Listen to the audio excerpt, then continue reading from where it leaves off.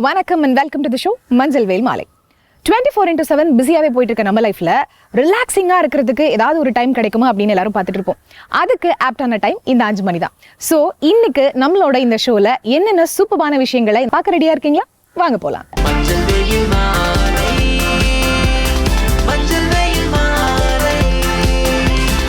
நம்ம ஷோட first segment யோகாசனம்.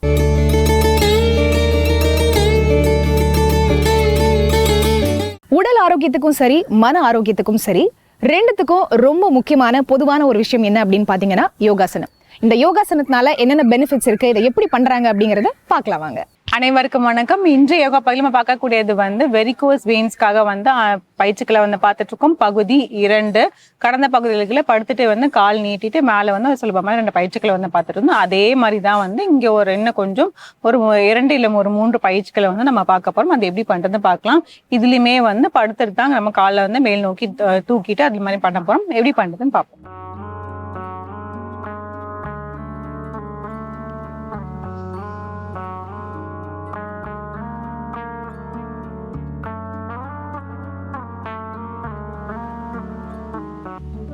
கால்கள் மேல் நோக்கி 90 டிகிரி அப்படியே நம்ம தூக்கிடலாம்.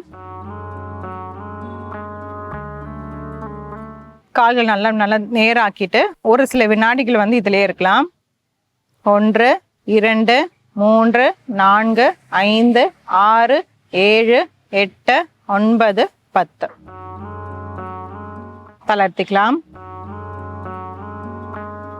இப்ப இதிலே ஒரு காலை மடக்கிட்டு ஒரு காலை நேரா வைக்க போறோம். அதாவது இந்த மாதிரி பண்ண போறோம். அதே தொடர்ந்து பண்ணணும். இந்த 2 முட்டியும் நேர் நிலைமையில இருக்கணும். ஒரு கால் மடங்கி இருக்கணும், ஒரு கால் மேல் நோக்கி பார்த்த மாதிரி இருக்கணும். இதே மாதிரி தொடர்ந்து பண்ணிட்டு இருக்கலாம். ஒரு வலது ஒரு இடது பண்ணானா ஒரு முறை, இது மாதிரி ஒரு 5 முறை பண்ணிக்கலாம். 2 3 4 5 தளர்த்திக்கலாம்.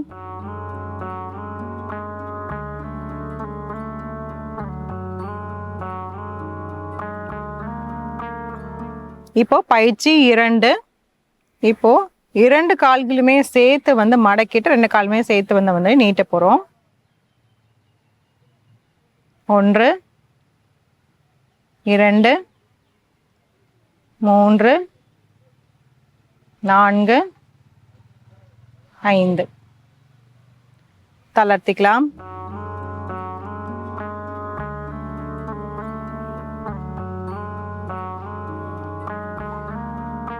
இதே மாதிரி இன்னும் ஒரு செட்டை பண்ணிக்கலாம்.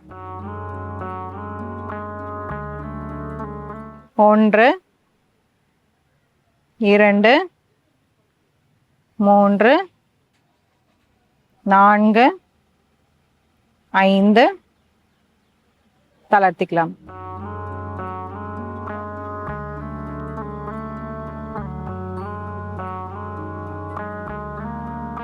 இந்த பயிற்சி பண்ணும்போது 2 காலுமே சேர்த்து வச்சுட்டு அப்படியே பண்ணோம்னா ரொம்ப சுலபமா இருக்கும். இப்ப அடுத்து பயிற்சி 3. அதே மாதிரி கால்கள் மேல் நோக்கி தூக்கிட்டு நல்லா 90 டிகிரி அப்படி நல்லா அப்படி வச்சுட்டு கைகள் வச்சு நல்லா ஸ்ட்ரைட் பண்ணிட்டு இதுக்கப்புறம் நம்ம என்ன பண்றோம்னா 2 கைகள் வச்சு அப்படியே இந்த மாதிரி தட்ட போறோம்.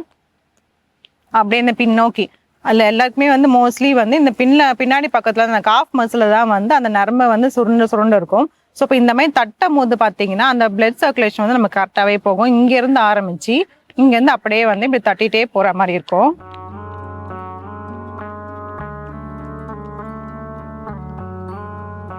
தளர்த்திக்கலாம்.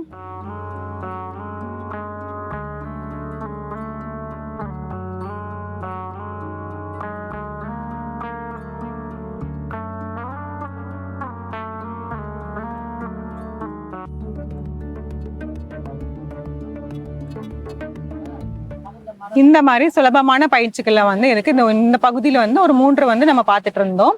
இதே மாதிரியே அப்படியே தொடர்ந்து இந்த மாதிரி நிறைய செட்டை பண்ணிட்டே போகலாம். இந்த மாதிரி நம்ம 5 முறை 2 செட் பண்ணணும். அதே மாதிரி ஒரு 6 முறை 3 செட் அந்த மாதிரி பண்ணிட்டே போகலாம்.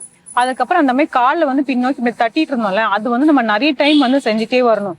அந்த மாதிரி டேப் பண்ணும் போது பாத்தீங்கன்னா ரொம்பவே பிளட் சர்க்குலேஷன் கரெக்டா போகும். இது தவிர்த்துட்டு இன்னும் ஒண்ணு என்ன செய்யலாம்னு பாத்தீங்கன்னா, இதே மாதிரி கால் மேல் நோக்கி தூக்கிட்டு செவுத்து கிட்ட லெக்ஸ் ஆன் த வால் அப்படிங்கிற மாதிரி நம்ம சொல்லுவோம்.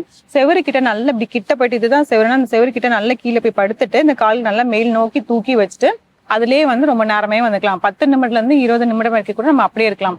இந்த மாதிரி போகும்போது பண்ணும்போது பாத்தீங்கன்னா நம்மளோட கால்களுக்கு நல்லாவே வந்து ரத்த ஓட்டம் அதிகமாக போகும். அதே நேரத்தில் நம்மளோட வயிற்று பகுதிக்குமே வந்து நல்லதா இருக்கும். இந்த பயிற்சிகள் பாத்தீங்கன்னா நம்மளோட மூட்டு வலிகளுக்குமே ரொம்பவே நல்லது. ஏன்னா அந்த கால்கள் மடக்கி நீட்டிங்கிற மாதிரி இருக்கும், கால்கள் மேல் நோக்கி தூக்கி வச்சிருக்கோம். இதெல்லாம் மாதிரி பாத்தீங்கன்னா நம்மளோட மூட்டு வலி பிரச்சனைகளுக்குமே நல்லாவே வந்து கேட்கும். ரொம்ப வந்து சுலபமான பயிற்சிகளை தான் யாருனாலும் தாராளமா செய்யலாம். பெரியவங்களுக்கு எல்லாம் இப்ப வந்து மூட்டு வலிகள் ஜாஸ்தியா இருக்கு, அதனால அவங்க வந்து இந்த மாதிரி பண்ணிக்கலாம். கூடவே வந்து வால் சப்போர்ட்ல பண்றதுனாலும் பண்ணலாம். ஸோ இந்த மாதிரி அந்த லெக்ஸ் ஆன் த வால் வந்து பண்ணும்போது பாத்தீங்கன்னா ரொம்பவே வந்து பலன்கள் வந்து ஜாஸ்தியாக இருக்கும். ஸோ இந்த பயிற்சிகளை அமைச்சு செஞ்சு பாருங்க. மீண்டும் அடுத்த பகுதியில் சந்திக்கலாம்.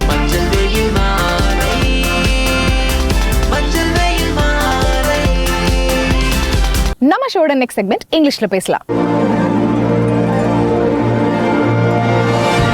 இங்கிலீஷ்ல பேசணும் அப்படிங்கிறது பல பேரோட கனவாவே இருந்துட்டு வருதுங்க. ஸோ அந்த ஒரு கனவை எப்படி இந்த செக்மெண்ட்ல நனவாக்குறாங்க அப்படிங்கறத பாருங்க. ஹலோ ஃப்ரெண்ட்ஸ், இன்னைக்கு நம்ம இங்கிலீஷ்ல பேசலாங்கிற நிகழ்ச்சியில புதுசா என்ன பார்க்க போறோம், ஆல்ரெடி என்ன பார்த்துட்டு இருக்கோம் அப்படிங்கிற ஒரு சின்ன நினைவூட்டலோட இன்னைக்கான கிளாஸை ஸ்டார்ட் பண்ணிக்கலாம். நம்ம எதை பத்தி பார்த்துட்டு இருக்கோம், காலங்கள் அப்படிங்கிற விஷயம் இல்லையா. ஸோ காலங்கள் அப்படின்னு வரும்போது நிகழ்காலத்துல, இருந்த காலத்துல, எதிர்காலத்துல, இந்த மாதிரி 3 காலங்கள்ல நம்ம எப்படியெல்லாம் பேசலாம், எப்படியெல்லாம் சொல்லலாம், இல்லை எப்படியெல்லாம் நம்ம பதில்கள் கொடுக்கலாம் அப்படிங்கிறதெல்லாம் இருக்கு இல்லையா. ஒரு காலங்கள் அப்படிங்கிறது எதுக்காக அப்படின்னா, ஒருத்தர் நம்மகிட்ட பேசுறாங்க, இல்லை நம்ம யார்கிட்டயோ பேசுறோம், இல்லை நம்ம யாருக்கோ கான்வர்சேஷன் பண்றோம் அப்படின்னா அந்த இடத்துல நம்ம என்ன பண்ணியிருக்கணும், நம்ம நிகழ்காலங்கள்ல, எதிர்காலங்கள்ல, இறந்த காலங்கள்ல கம்பைன் பண்ணி நம்ம என்ன பண்ற மாதிரி இருக்கும், ரிஃப்ளெக்ஷன்ஸ் கொடுக்குற மாதிரி இருக்கும். அது கேள்விக்கு பதில் கொடுக்குற மாதிரியும் இருக்கலாம், இல்லை நீங்க பதில்களாவே பேசுற மாதிரியும் இருக்கலாம். ஸோ இந்த காலங்கள் அப்படிங்கிற அடிப்படையில நமக்கு பேசிக்கான ஒரு கிராமர்ஸ் அதுல இன்க்ளூட் ஆகுதான்னு கேட்டீங்கன்னா கண்டிப்பா. இப்போ ஒரு ஃபார்ம் ஆஃப் ப்ரெசென்ட் எடுக்கிறீங்கன்னா அந்த ஃபார்ம் ஆஃப் ப்ரெசென்ட்டுக்கு யார் வருவாங்க, ஒரு வாக்கியத்தை அமைக்கிறீங்கன்னா கண்டிப்பா ஒரு வாக்கியத்துக்கு ஒரு செயல் வார்த்தைகள் தேவை. செயல் வார்த்தைகள்ங்கிறது ரொம்ப இம்பார்ட்டண்டா இருக்கும். ஏன்னு கேட்டீங்கன்னா அந்த செயல் வார்த்தைகள் தான் அந்த சப்ஜெக்ட் என்ன பண்றாங்க, இல்ல ஆப்ஜெக்ட் என்ன குறிக்குது அப்படிங்கிறது நமக்கு தெரிய வரும். ஸோ இந்த செயல் வார்த்தை தான் என்ன பண்ணுது, it indicates the one. So அந்த இண்டிகேட்ஸ் த ஒன் அப்படிங்கும்போது அந்த செயல் வார்த்தை வந்து நம்ம ப்ரெசென்ட்ல சொல்றோமா, பாஸ்ட்ல சொல்றோமா, இல்ல பார்ட்டிசிபிள்ல சொல்றோமா அப்படிங்கிறதுமே செயல் வார்த்தைகள்ல அடங்கியிருக்கு. சரிங்களா. ஸோ அப்படி இருக்கும்போது நம்ம ஒவ்வொரு ரூல்லையும் ஒவ்வொரு டிஃபரன்சியேஷன் பார்த்துட்டு தான் இருக்கோம். நீங்களும் அதன் பேஸ் பண்ணி பேசிட்டு தான் இருக்கீங்கன்னு நினைக்கிறேன். ஸோ இன்னைக்கு அதன் அடிப்படையில என்ன ரூல், என்ன டென்ஸ் அண்ட் என்ன மாதிரியான ஃபார்மேஷன், என்ன மாதிரியான வேர்ப் ஃபார்ம், அதை எப்படி எழுதலாம்னு சொல்லி தருவாங்க. ஸோ நம்ம பார்க்க போற ரூல் வந்து present continuous tense.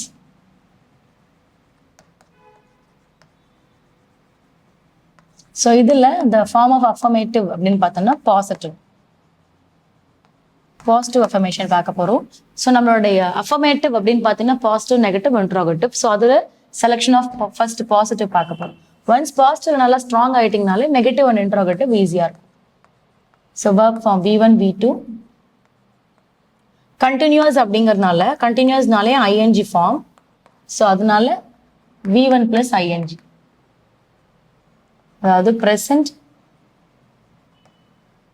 Past participle. சரிங்களா. So verb form. ஸோ இதுல என்ன பண்றாங்க அப்படின்னா, என்ன verb எடுக்கிறோம்னா சிங் அப்படின்னு எடுக்கிறேன். சிங் அப்படின்னா பாட்டு இல்லையா. ஸோ இதே V2 வந்து சாங், பாடினேன் ஆர் பாடினான், பாடினாள். ஸோ அது பேஸ்ட் ஆன் அந்த ஃபார்ம் ஆஃப் யார் சப்ஜெக்ட் வராங்களோ அவங்களுக்கு ஏற்ற மாதிரி இருந்தாங்க.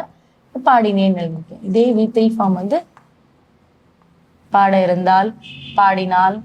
ஸோ அப்படின்னு சொல்லக்கூடியது. இப்போ V1 + ING அப்படின்னா பாடிட்டு இருக்காங்க, singing. Singh + ING which is for running a stream, அதாவது அந்த இடம் நடந்துட்டு இருக்கு அப்படிங்கிறது தான் ING சொல்றோம். இப்போ ஒரு verb ரெடி ஆயிடுச்சு. இப்போ என்னென்ன சப்ஜெக்ட்ஸ் நம்ம இருக்குன்றத ஒரு ரஃபா பார்ப்போம். I, we, you, he, she, they, it. சரிங்களா. இது வந்து சப்ஜெக்ட்ஸ்ல வரும். தென் rule.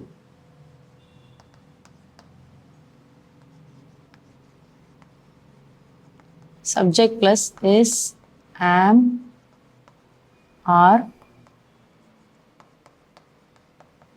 plus V1 + ING followed by நம்மளுடைய ஆப்ஜெக்ட்ஸ்.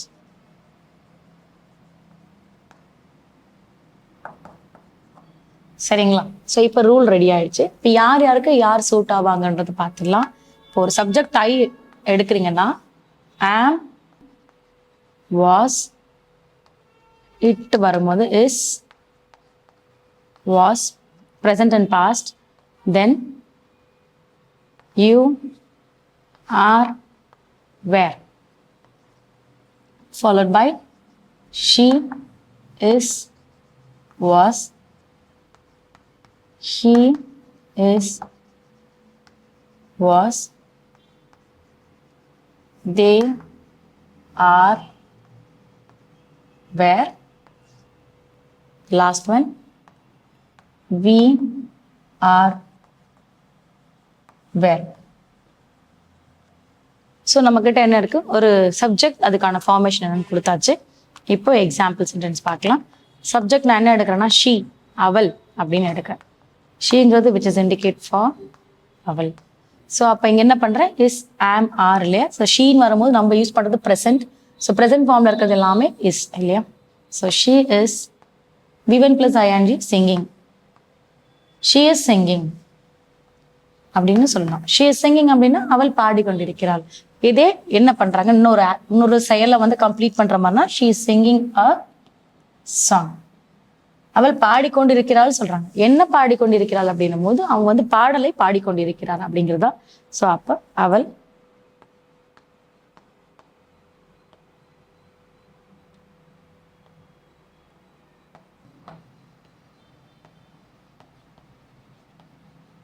பாடுகிறாள் அப்படிங்கலாம். So she singing a song அப்படிங்கும் போது அவள் பாடலை பாடுகிறாள் அப்படிங்கிற மாதிரி. ஸோ ஒரு வாக்கியம் சொல்றீங்க, ஒரு சென்டென்ஸ் சொல்றீங்கன்னா இந்த ஆக்ஷன் எப்படி ரன் த்ரூ ஆகுது அப்படிங்கிறது தான். ஸோ இந்த ஆக்ஷன் ரன் த்ரூ ஆகும்போது கண்டிப்பாக அந்த சென்டென்ஸ் அந்த வாக்கியத்தோடு சேர்ந்து அமைஞ்சு தான் வரணும் இல்லையா. ஸோ அதுதான் நம்ம இங்கே என்ன பண்ணியிருக்கோம், இந்த ஃபார்ம் ஆஃப் திங் தனித்தனியாக செக்ரிகேட் பண்ணிக்கிறதுக்கான ரீசன் அதுதான். ஃபர்ஸ்ட் செயல்னா என்னன்னு தெரிஞ்சுக்கணும், சப்ஜெக்ட்னா என்னன்னு தெரிஞ்சுக்கணும், அண்ட் நம்ம ரூல் என்னன்னு பார்த்துடணும். அந்த ரூல்ல என்னென்ன ஃபார்மேஷன்ஸ் இருக்குன்றதையும் பார்க்கணும். பார்த்ததுக்கு அப்புறம் நீங்க ஒரு சென்டென்ஸ் எழுதும் போது யூ குட் அண்டர்ஸ்டாண்ட் ஈஸிலி, உங்களால ஈஸியா அண்டர்ஸ்டாண்ட் பண்ணிக்க முடியும். பை த வே அந்த அண்டர்ஸ்டாண்டிங் அப்படிங்கிறதுமே நீங்க என்ன பண்ணணும் அப்படின்னா, சென்டென்ஸை நீங்க புரிகிற வரைக்கும் இந்த மாதிரி பிரிச்சு எழுதுங்க. ஒன்ஸ் நீங்க ஓரளவுக்கு ஒரு ஸ்டாண்டர்ட் வந்துட்டுனும் போது don't segregate and to right, ஓகேங்களா. டைரெக்டாகவே ஃப்ரேம் பண்ணுங்க. ஸோ இன்னைக்கு உங்களுக்காக ஆக்ஷன், வேர்ப் அண்ட் சென்டென்சஸ் ரூலோட பார்த்துருக்கோம். இந்த சென்டென்ஸை வச்சு நீங்களும் ஒரு 5 to 10 சென்டென்ஸ் ஹோம்ஒர்க் பண்ணுங்க. கண்டிப்பாக பேசி பழகுங்க. அடுத்த கிளாஸ்ல அடுத்த இன்ட்ரெஸ்டிங்கான சென்டென்ஸோட உங்களை மீட் பண்ணுவேன். தேங்க்யூ.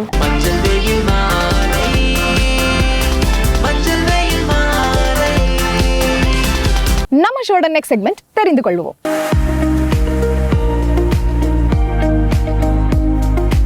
இந்த செக்மெண்ட்ல ஒவ்வொரு நாளும் புதுசா நிறைய விஷயங்களை பார்த்துட்டு வரோம்.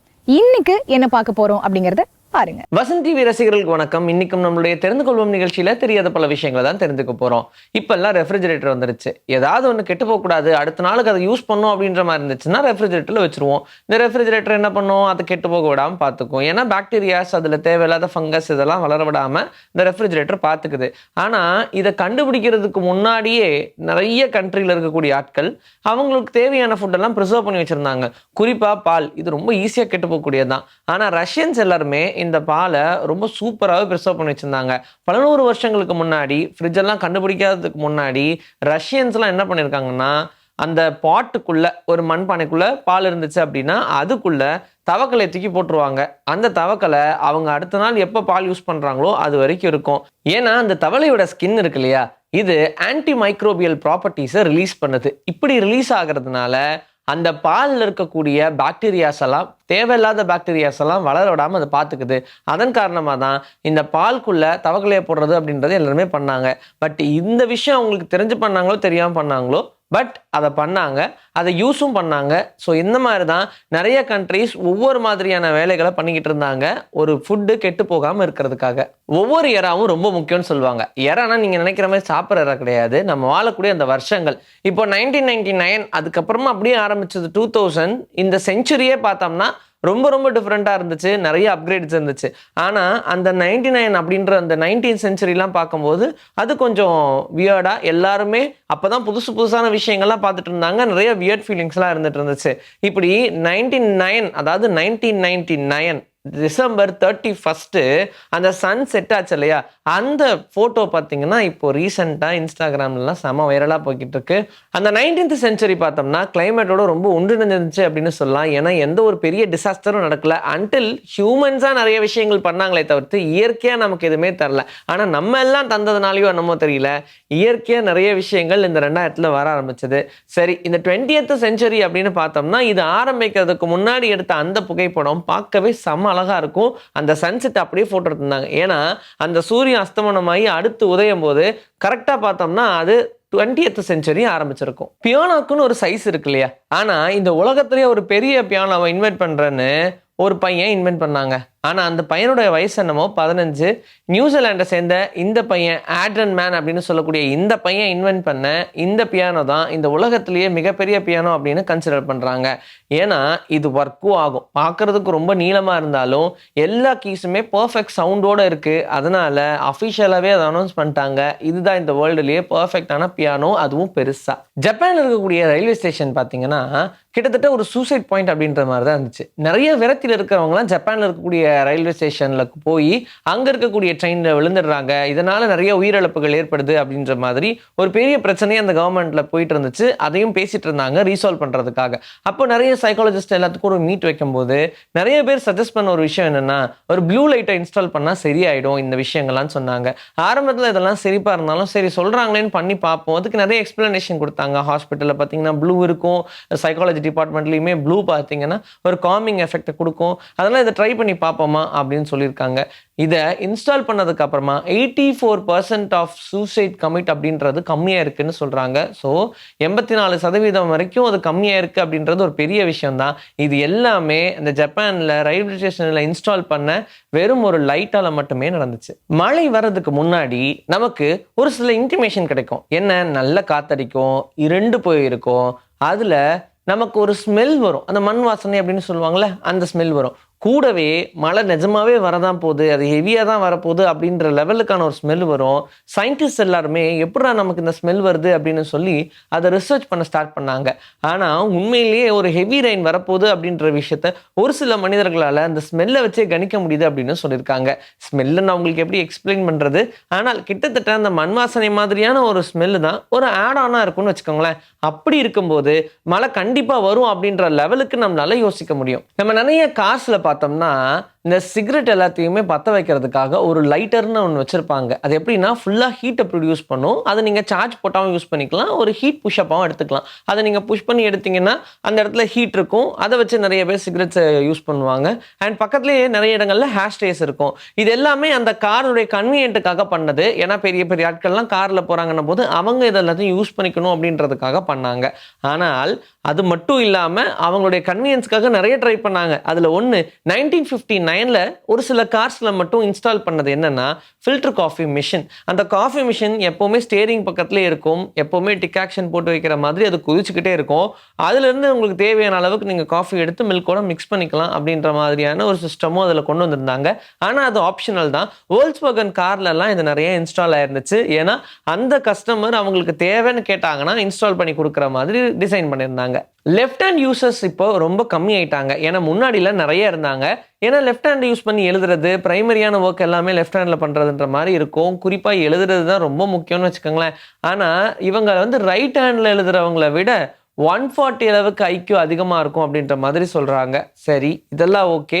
இது எப்படி சொன்னாங்க அப்படின்னு கேட்டால் ஐசக் நியூட்டனாக இருக்கட்டும், ஒபாமாவாக இருக்கட்டும், இவங்க எல்லாருமே ஃபேமஸான லெஃப்ட் ஹேண்ட் யூசர்ஸ் தான். அதனாலேயே இதை வச்சு ஒரு ரிசர்ச் கண்டக்ட் பண்ணி ரைட் ஹேண்டை விட லெஃப்ட் ஹேண்டில் யார் அதிகமாக எழுதுறாங்களோ அவங்களுடைய ஐக்கியூ ரொம்ப ஷார்ப்பாக இருக்குது அப்படின்ற விஷயத்த கண்டுபிடிச்சாங்க. இன்னைக்கு நம்மளுடைய தெரிந்து கொள்வோம் நிகழ்ச்சியில் தெரியாத பல விஷயங்கள் தெரிஞ்சுக்கிட்டோம். இதே மாதிரி சூப்பரான கண்டென்ட்டோட உங்களை நான் வந்து சந்திக்கிறேன். This is bye from Vijayashree. Take care. இன்னைக்கு நம்ம ஷோல பார்த்த எல்லா செக்மெண்ட்ஸுமே ரொம்ப சூப்பரா இன்ஃபர்மேட்டிவா டிஃபரெண்டா இருந்திருக்கும் அப்படின்னு நம்புறேன்.